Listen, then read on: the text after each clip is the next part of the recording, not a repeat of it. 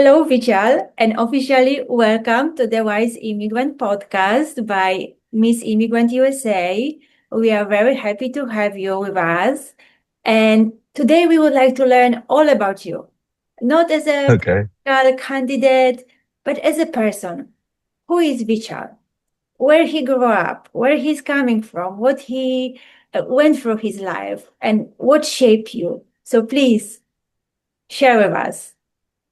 sure. Well, thank you for having me. My name is Vichal Kumar. I am a candidate running for Congress in New York's 7th District, which includes Brooklyn and Queens. But I think more importantly, I'm the son of working class immigrants. My parents came to the States right before I was born, and I was born in New York.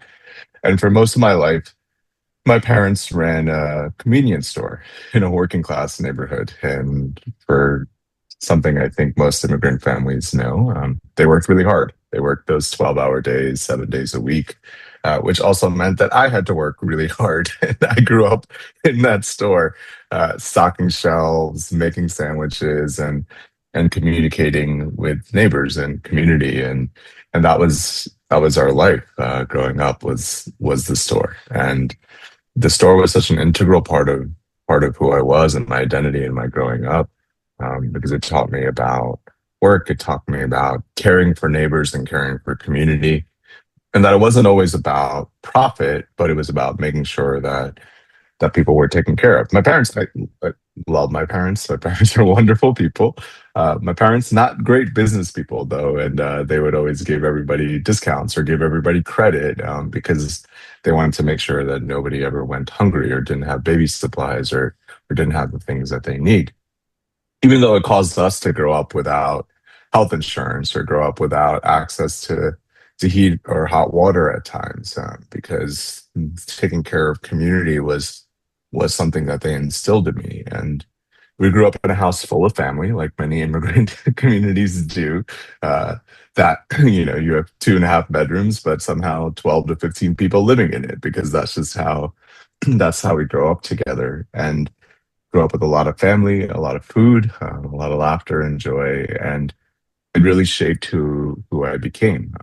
It taught me about taking care of each other, about being there for each other in the most challenging environments, and that's why I decided to go to law school and become a public defender in New York, and that's what I've done for the last 20 years. For the last 20 years, I've been working with New Yorkers on probably the hardest days of their lives. Maybe they're facing deportation, maybe they're facing eviction, potentially losing their job, or can't even get access to basic social safety net services like food stamps. And it was my honor, my privilege, my right to be able to support them in those moments and provide them the life stabilizing services that they needed as well, because it was always about taking care of community and taking care of each other. And I think that's probably been the through line of my life, both personally and professionally. Yes, I can relate to you about the convenience store because I grew up while my parents had a convenience store, but in Poland. Uh-huh. So as I think I was like maybe 12 years old when they opened it. So as soon as they opened, of course, we had to as well help them. So Right. how old were you when they started the store? What was the youngest years that you remember, and what they were forcing you, because probably at the time you felt like they're forcing you to work there. Well, yeah, I think I was about 6 or 7 when they got the store, so I was pretty young. And I will say at first, like, it's not really forcing. It was a new adventure so often because it was different than school. Mhm. And stocking shelves and stocking coolers was a little bit of a game. Was it like, oh, can you fit everything in? Like, which ones do you put in the front? Which ones do you put in the back? Like, how do you rotate things? And we would get Gatorade cases that would be different colors. And so like, oh, how do we put in different colors? So there was always lots of games, and there was rewards. Right? You'd get like a little piece of candy for doing the work. And that was all that it mattered, because you got to spend time with your family, who was always so busy working.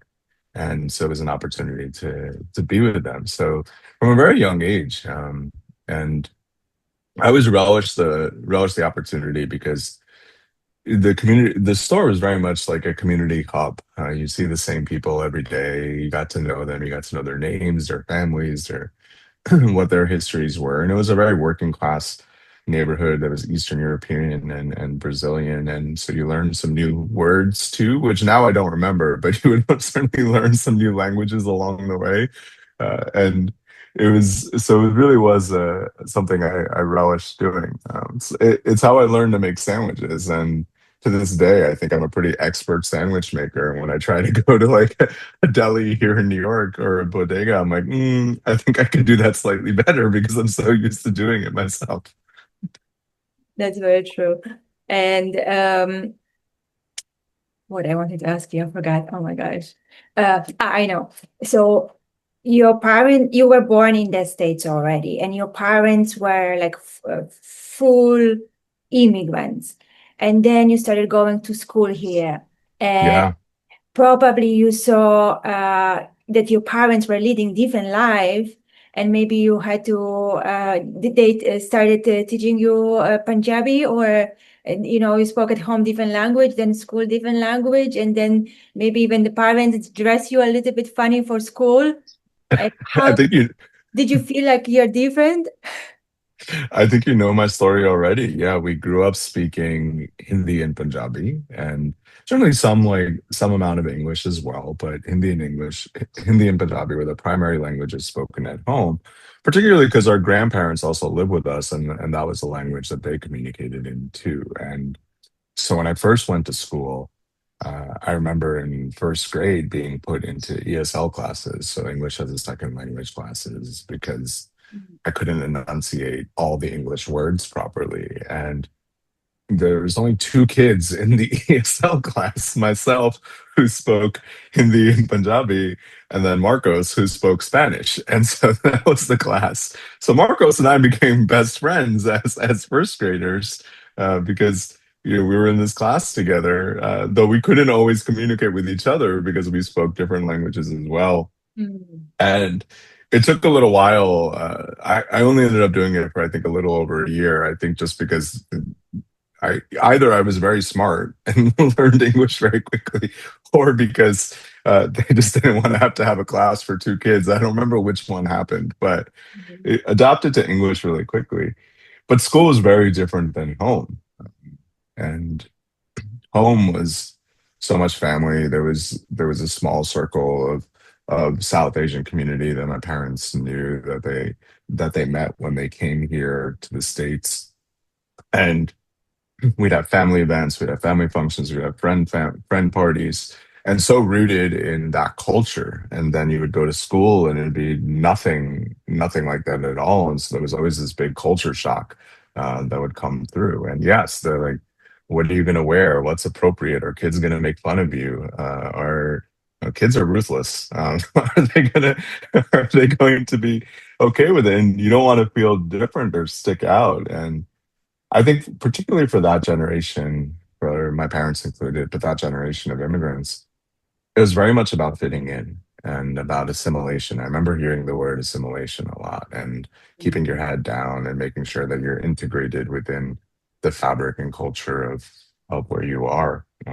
So you would certainly try to suppress some parts of your some parts of your identity. And when you're in South Asian culture and especially when you're celebrating some holidays, you might get like a tikka on your head or something like a little red dot, and you'd one year you would wear that to school because you'd forget to wipe it off, and certainly the kids will let you know that you were doing something strange. So you never ever did that again. And it's not until you to be an adult and get more comfortable that you're willing to do so. From your parents, did did you think that they at the end they assimilated, or they still feel this immigrant identity within themselves, that they are actually outsiders, or did overall it kind of evaporated?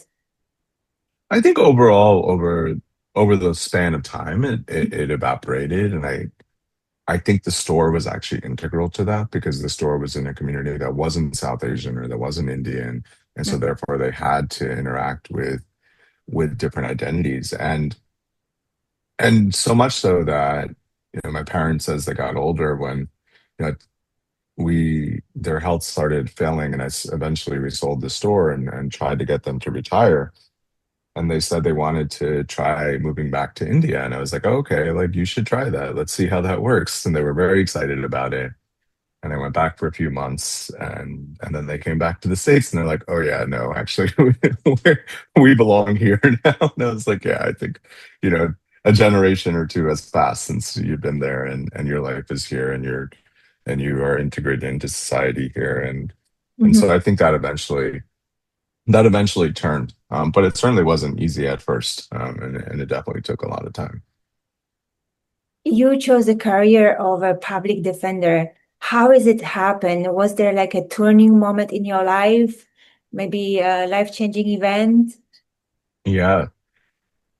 So my parents, when I was younger, unfortunately got sued in a lawsuit, and they didn't have insurance, and they unfortunately ended up in a situation where we had pretty large financial ramifications, potentially, you know, seeking foreclosure of the place that we lived in because of the ramifications. And I couldn't understand, because I was young, and I thought the legal system was where things were fair and just and right. And in fact, it turned out that outcomes or decisions in legal cases were so often determined by the size of your wallet, and not about what was factually right. And so I think at that point I said, I want to be a lawyer. I want to be a lawyer that helps people and supports people. I didn't know what that actually meant. I was pretty young, but that was where my head was at. I was like, okay, I'm sold. This is what I should do for a career. And fortunately, I got to do it, which is pretty exciting. So from that turning point of life, what was another turning point of life that you make a decision to run for Congress? Yeah, so this is just turning point after turning point. After 20 years of working with New Yorkers and thousands of New Yorkers, and seeing how broken our government can be, how broken our institutions can be. When you have community members you support and see them get deported, or you see them get evicted, or see them lose their jobs, and see them not even access basic housing or healthcare or emergency food assistance, you realize that our institutions aren't really built to support people in the ways that they need, especially the people that are most vulnerable, and that most need them. And I built new institutions. I built this practice called the holistic defense. I built it in different offices in New York. I also spent a couple of years traveling the country and building this model that I created in New York and creating it in different places like Missouri and Kansas and West Virginia and California, Florida, Texas, Chicago, and worked with all these different communities and saw kind of the same things again and again, no matter where I was. And these are places that don't look like New York at all. They're very rural, they're very politically different. And ultimately, we were able to deliver the same type of model and same type of approach for those communities. But again, this is an endemic problem that is happening all around the country. It is not just hyper local to New York.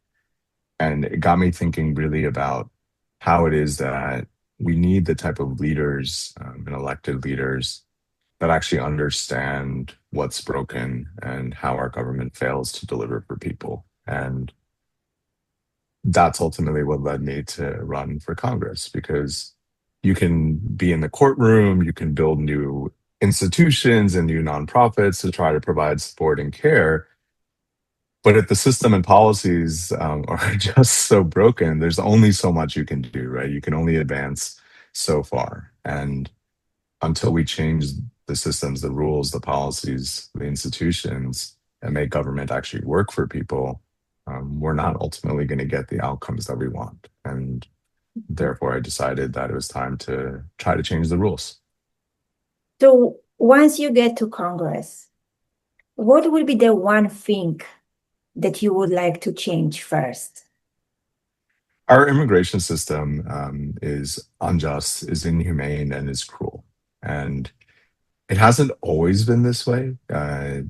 People forget that in the 80s, actually, when Ronald Reagan was president, we had amnesty. And so for millions and millions of people that were living in this country, they had the opportunity to gain some type of legal status and lawful status.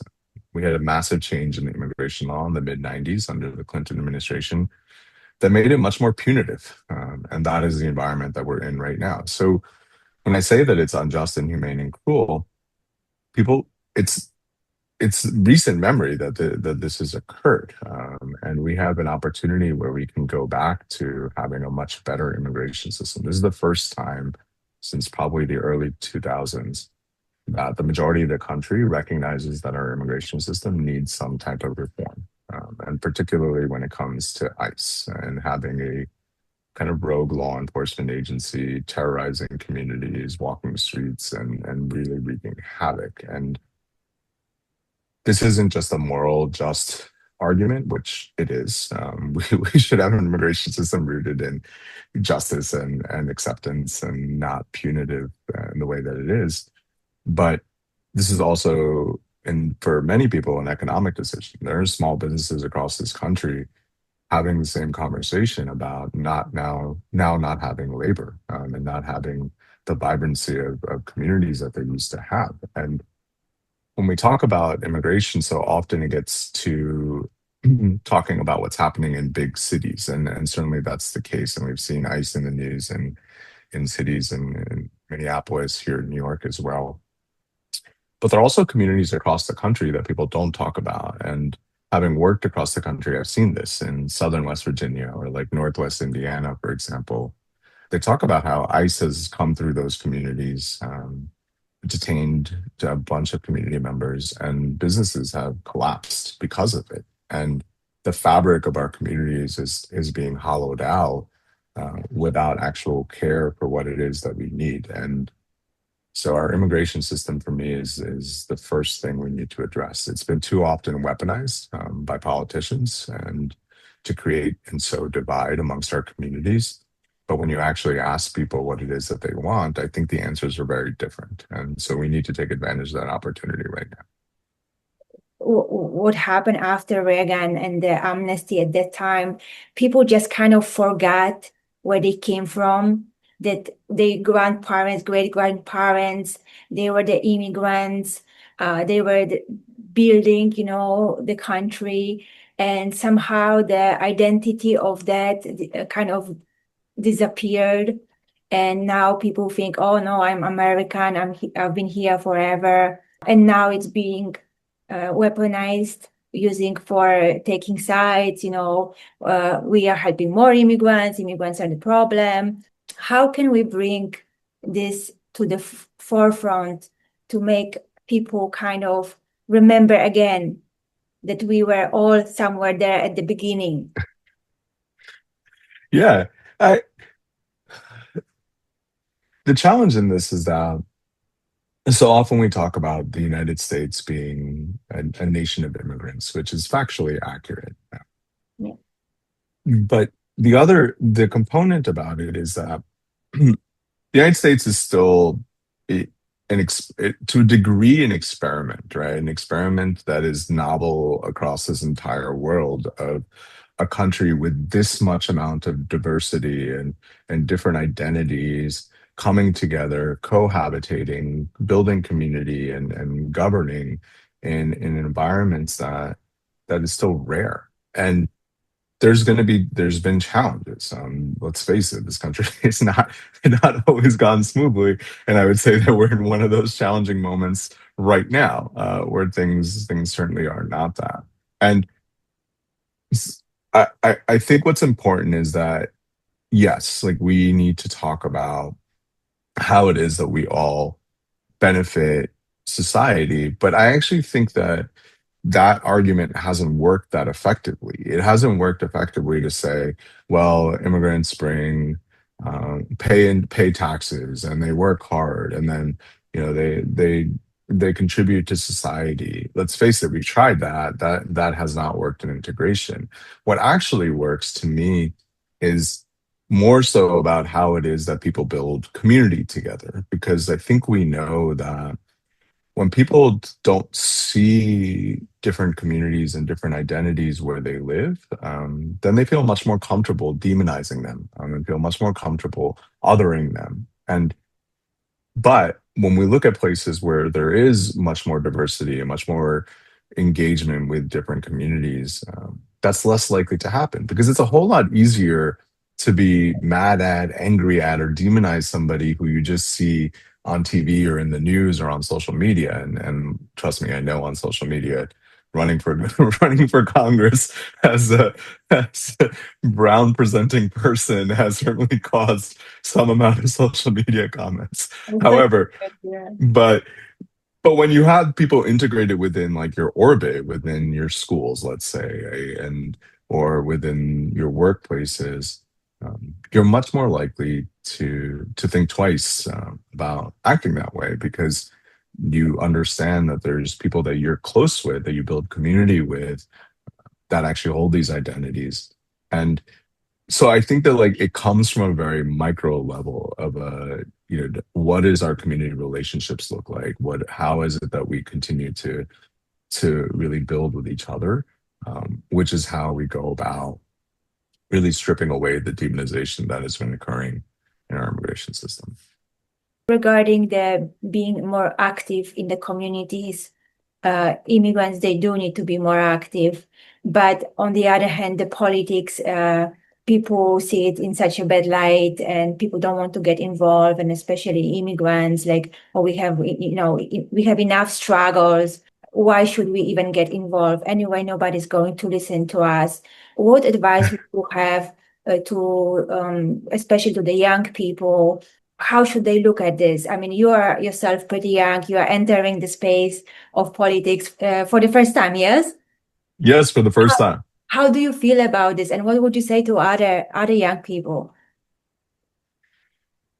I'd say that it's always hard. It's hard to put yourself out there, particularly for some immigrant community members who are so used to keeping their head down and just integrating and not wanting to cause a ripple. And that isn't so it's not easy to step up, to engage, to really put yourself out there.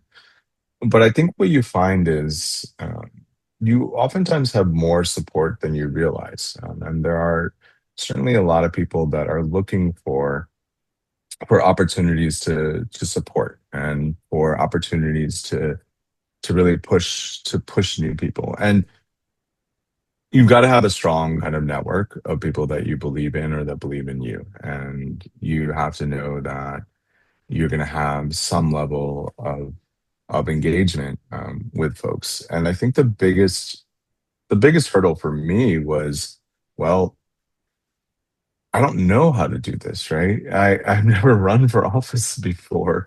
And this looks like it's very hard or it's very challenging, it's very daunting. And where do you even start? And it definitely is all of those things. I don't want to say that it isn't. It is all of those things, and it can be challenging and complex, but there are people who've done it. There are people there that were willing to guide you. And if you find them and you find them early and you listen and you learn, and then you find out that it perhaps isn't as hard as it was. And that there's a lot to bring out of it.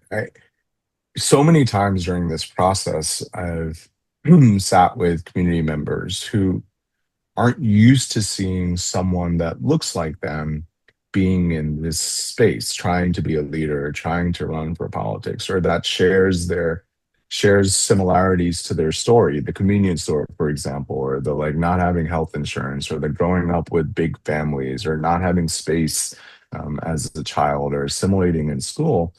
That these stories and that these identities are ones that so many people have gone through and always not always had the opportunity to share.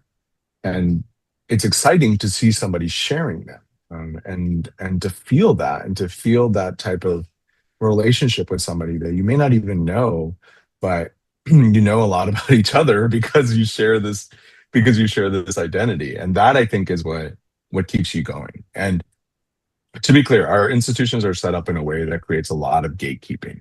and that tries to keep the same people who've had power in power, that tries to build it within the same communities, and that doesn't want to always see new people. But until we, sometimes force the issue a little bit and say that, well, actually, we want to stand up, we want to be heard, we want to engage, it's not going to change the institutions. So it takes a little bit of courage, ultimately, to just decide to do it.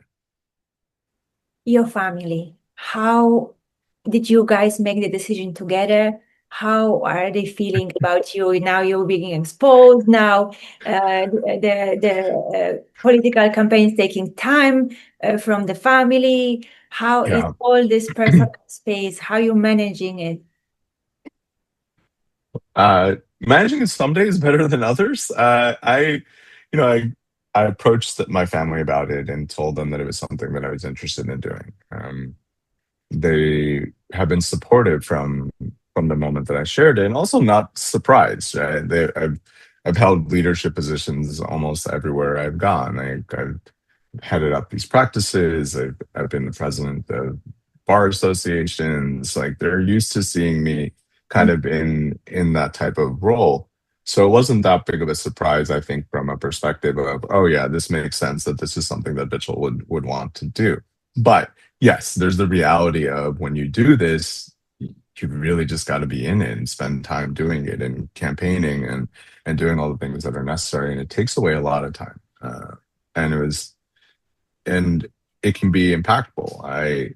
It was my mom's birthday was like a month ago, and always there for my mom's birthday, unless I'm like out of the country for some reason, which I don't think I've ever done. Always taking my mom out for her birthday, and then this year I was concerned because I was like, well, we have this event and it's her birthday, and so I just made a call and I was like, you know what, like, I'm not going to stop doing this one thing. This one thing is incredibly important to me. It's part of my family.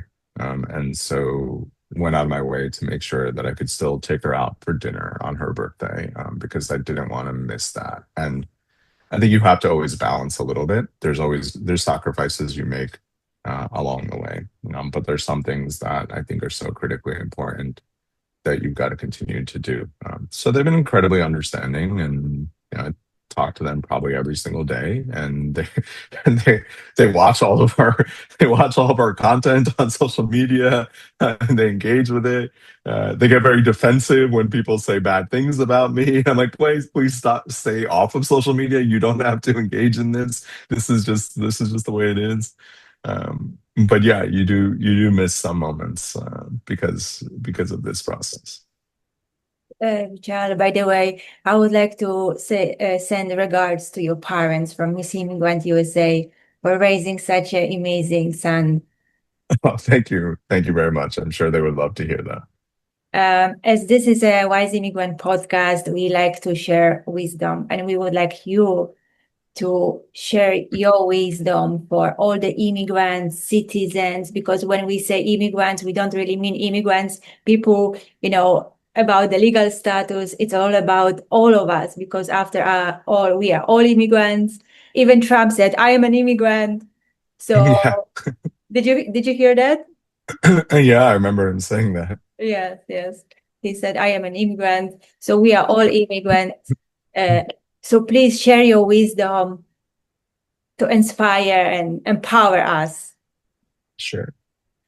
I I mean, look, the immigrant story is one that so many of us carry and share. And for as much as that divides us in this country, there's so much more that brings us together. And it turns out that the immigrant story is also not that different from the story that many people who have been here for generations experience. The challenges of growing up, the desire to build something for your community, for your family, to have a future, to take care of each other, is an identity that so many of us carry and so many of us share. And while we focus on the things that are different about us, if we actually get to spend time with people, it turns out that we have so much more in common, and so much more that we care about. And it can be hard to live in these incredibly polarizing times. We're being demonized against each other, not just immigrants versus non immigrants, but even immigrant communities against each other. And that I think is just a product of the failure of our government actually to create an environment that delivers for people. People are hurting every single day. People are struggling to get by, whether it's because they don't have healthcare or housing or employment, or whether it's just because everything is so much more expensive. It just doesn't stop.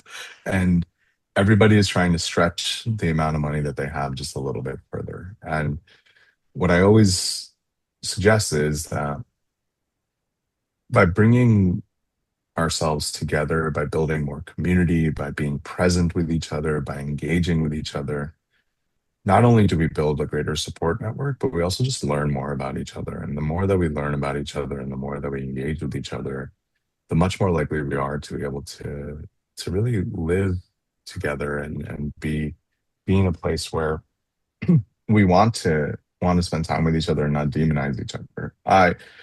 I really hope that we can continue to find that path. And maybe it's not government that will deliver it for us, though I will try.